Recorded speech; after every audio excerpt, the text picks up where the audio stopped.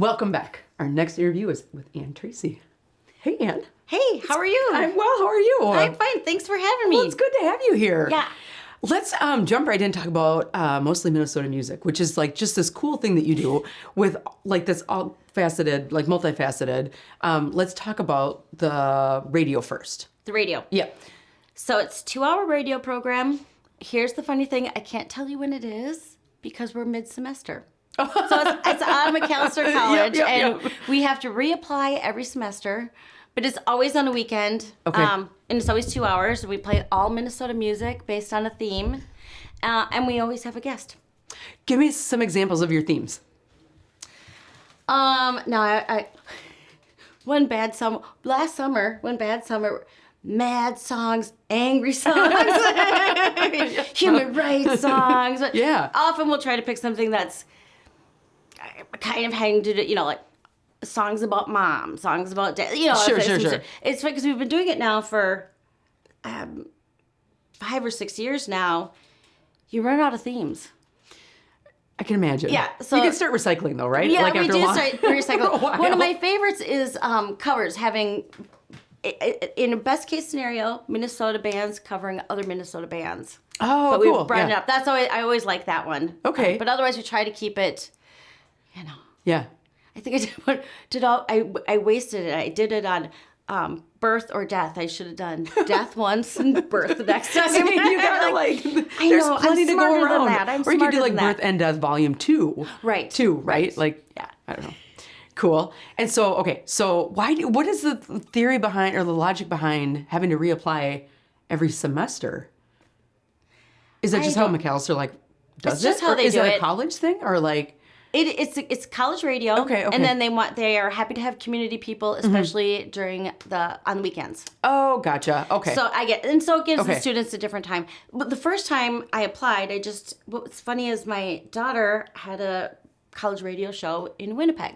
Oh. And she invited me to be on it, and I enjoyed it very much. And, and I do it with Heather Baker, and she had helped me pick out songs for that day. And then 2 weeks later, I'm home, and I won't say doom scrolling, but happy scrolling, because I was like, McAllister College is looking for DJs. And I live in the shadow of McAllister College, so I applied. I was like, I don't know if this is 1 in a million. I don't know if this is, please, could you do a whole week? But we got the radio show, and so then the next semester, I was like, I don't know if it's 1 in a million. I don't know. Now, although this time I say, I just assume we'll get it.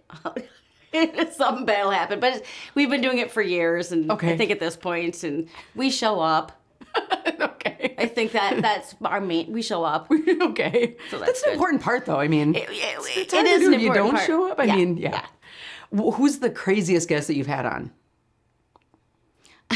Do you remember we had the Bad Man in? Okay. And I try not to do this, but I myself was a little hungover that show. We had for a while we were crazy town. We would have 2 guests in this 2-hour span.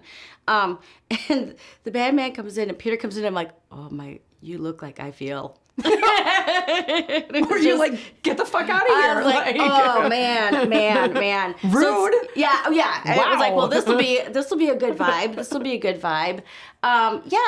Usually people are really nice and gracious. And don't insult you? No, not at all. That's no, awesome. no, I had said it to him. I was like, you look how I feel. Oh, gotcha. Yeah. Okay. So I did one show the day after I had kidney stone surgery, and I might have been the big woo. Thankfully, they could roll with it. They're like, well, we're done, whatever. Was it like the zombie universe Oh, show? I was just, I wasn't hear feeling the ambient pain. music for 2 hours. Exactly. Yeah, I'm trying to think. What was fun when we had 2, I kind of liked having 2, but there'd sometimes be some crossover. Mm-hmm. And it was, we had Al Church on first, and then Eric Koskinen. Eric Koskinen likes things a certain way, in a good way. He's getting all set up, and Al says, well, maybe I could just stay and play with you. And it ended up being perfect. Perfect, but I thought, this is okay. Yeah. We're going to have some brain bleed here. It was very fun, a very, very fun show. So cool. Yeah. Awesome. Let's talk about the written piece. So you write about local shows. Yeah. You do the interviews, like the 5-question interviews. Whose idea was that? Like, or how did you come up with the whole 5 questions thing? Because we only have so much real estate on the radio. Okay. Is what during COVID, of course, the college campus shut down right away through COVID. So then we did a lot of interviews on Zoom. Mm-hmm. And when I say a lot, I think we did 200. Holy buckets. Yeah. Wow. Yeah. So you would do, and people would say, well, how many do you do a week? And I'm like, sometimes you do 1 and it's way too many because it's COVID. Sometimes you do 5 and you're like, oh, could we get a few more in here? Because we're sure. Somewhere. So people got used to, us being able to say yes. Well, suddenly when you've only got so many, you could only do 1 a week. So I thought, and I used to write for Twin City Daily Planet. I wrote for Riff Magazine. So I have a long time of doing those sort of things. But I thought, well, this would be a good way to get quick interviews. And I really enjoy doing them.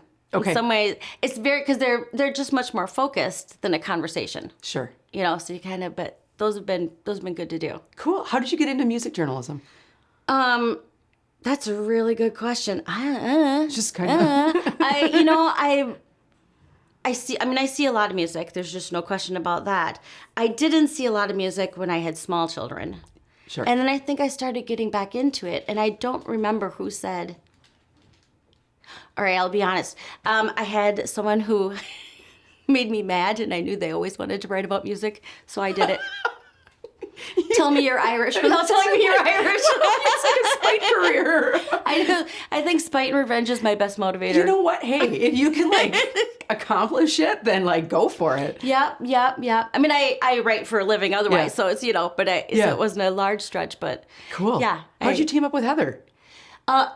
Because when I did the show, was she also spiteful then, or was it like a tag she team? might. I won't speak for her, but. No. So she didn't have any background in doing any of this at all. I at least had written reviews for for 10 years probably, music reviews. And because she's the one who got excited when I was on my daughter's show in Winnipeg. So I thought, well, let's do it. And I say you should do things that kind of scare you. Mm-hmm. We get there. We had to do a little lesson on how to work the board and everything else. But I just remember that first time thinking, I'm on the high dive. Now what? So yeah, it's just. But now when I listen to The Current and they have a moment of silence, I'm like, oh, thank God. It's not just me. It's not just me. That happens. When I'm listening to NPR, I'm like, oh, it's okay. I love that. I love that. You're really people. You just cut off the first 10 seconds of that song. Yes, I love you. I love you. Yeah, my people. yeah. So that's cool. So how long have you been doing this? So I'm trying to think. It's probably been 10 or 15 years that I've been writing music reviews. Okay. And it was, I mean, as I said, it was a little bit of spite and revenge, but it was also kind of gave me, in my own mind, freedom to go see as much music as I wanted to because I was working. I'm on the job here. My kids were quite, and I still will always enjoy a later show. But my kids were at a point where they didn't need a babysitter. Mm-hmm. Nobody wanted to play Monopoly with Mom. That's such a great part of life. You can microwave your own oatmeal. Exactly. Yes. So nice. So I've been doing that, and then the radio show probably 5 or 6 years. Okay. Yeah. Awesome. Can we talk a little bit about ERA? ERA, yeah. Equal Rights Amendment. Yeah. The Equal Rights Amendment has been my week. The Minnesota legislature ends tonight at midnight. So the ERA, Equal Rights Amendment, passed in the Senate last year. Mm-hmm. It did not pass in the House. So we needed it to pass in the House this year. So I have been in the Capitol every day this week. And we know that it's passed at a federal level. No, it's not passed at the federal level either. Okay. No. I misread that then. Okay.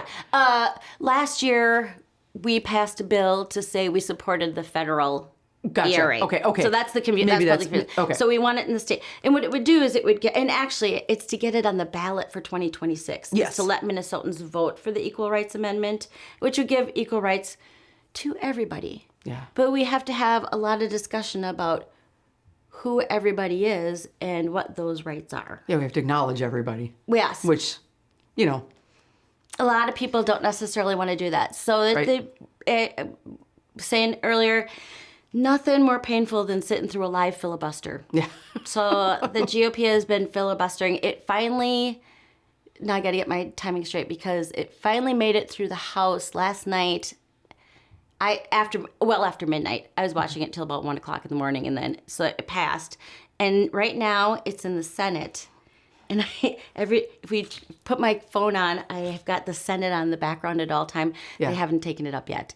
But I was there earlier today, and there was a lot of discussion about parliamentary procedure. Oh my God, so fast. Yeah. And it's just a different flavor of filibustering. Yeah. So I'm anxiously awaiting. Yeah. We remain hopeful. And by the time this airs, we will know whether or not it's passed and whether or not we'll actually have it on our ballot. But fingers crossed. Yes, thanks for asking. But no, thank you for all your work on it. Well, it is hugely important. Well, thank you. Yeah, I would say is now I'm assuming it passes and hoping it passes. Yeah. One of the big parts now that I have a little bully pulpit here is to say, one is that so many people think that equal rights has passed. And so there's going to be a 2-year of educating people that it hasn't passed. Mm-hmm. And to try to get people out to vote for the ERA is tell everyone you know they should. Yeah. Yeah. And a lot of it is just saying, no, we are not equal not in the Constitution. In the Constitution, right. The state Constitution is a lot more difficult to change than. Yeah. Because as we're learning, they can take rights away. Yep. They sure can, and they will. Yeah. They can. Yeah. Okay. Well, thank you for all your work on that. What shows are you looking forward to seeing?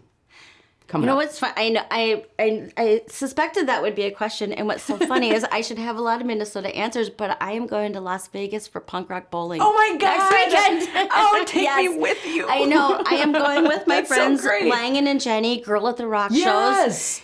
Yeah. What could go wrong? What could go wrong than the three of us going? They're 20 years younger than I am. It's going to be fine. You're fine. You just got to hydrate. Just bring your Pedialyte. Yeah, it'll be fine. And she tells me there's a Midwestern, otherwise known as the ginger tent, for anybody who needs a lot more sunscreen, because apparently they go every year. Yeah. It's all That's outdoors. Brilliant. Yeah. So I know I should have a good Minnesota answer, but that is the way to the next ginger tent. I know that's what we'll be like. So yeah, that's cool. Oh my gosh, enjoy. Thank you. That'll be awesome. Yeah. Thanks for joining us today. Thank you so much. This is super fun. Woo! Yeah.